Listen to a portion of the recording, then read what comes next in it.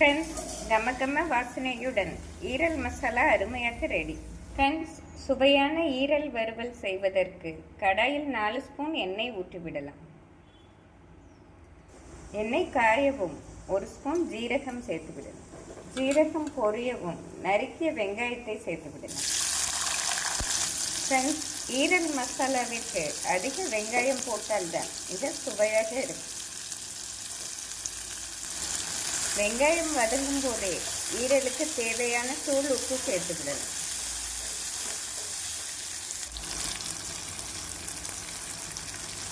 வெங்காயம் இந்த அளவு வதங்கவும் 2 பச்சை மிளகாய் பொடியாக நறுக்கி சேர்த்துவிடலாம்.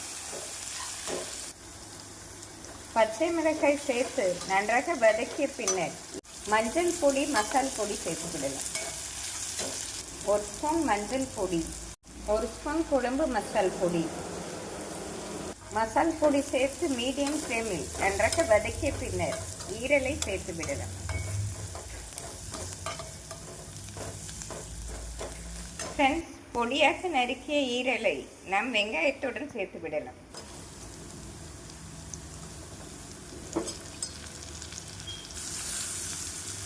ஈரல் சேர்த்து மீடியம் ஃப்ளேமில் 2 நிமிடம் நன்றாக வதக்க வேண்டும்.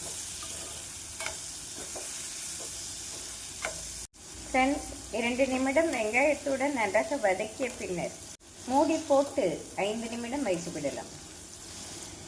நாம் மூடி போட்டு 5 நிமிடம் வைத்தோம் என்றால் எண்ணெய் பிரிந்து அருமையாக ரெடியாகிவிடும். ஃப்ரெண்ட்ஸ், 5 நிமிடம் ஆகிவிட்டது. ஈரல் மசாலா அருமையாக ரெடி. நாம் கறிவேப்பிலை, மிளகுத்தூள் தூவி ஒரு முறை கிளறி இறக்கிவிடலாம்.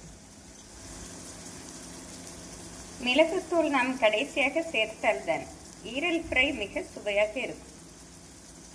நாம் ஒரு முறை நன்றாக கிளறி அடுப்பை ஸ்விட்ச் ஆஃப் செய்து விடலாம்.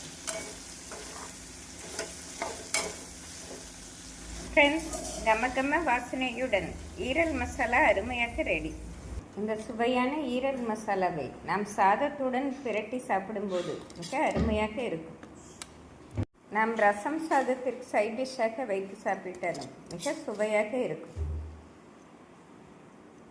இட்லி, தோசையுடன் குழந்தைகளுக்கு கொடுத்தால் விரும்பி சாப்பிடுவார்கள். ஃப்ரெண்ட்ஸ், மிக டேஸ்டியான இந்த ஈரல் ஃப்ரையை ஒரு 10 நிமிடத்திலே செய்து விடலாம். இந்த ஆரோக்கியமான ஈரல் மசாலாவை செய்து பார்த்து எப்படி இருக்கிறது என்று கூறுங்கள். Thank you friends.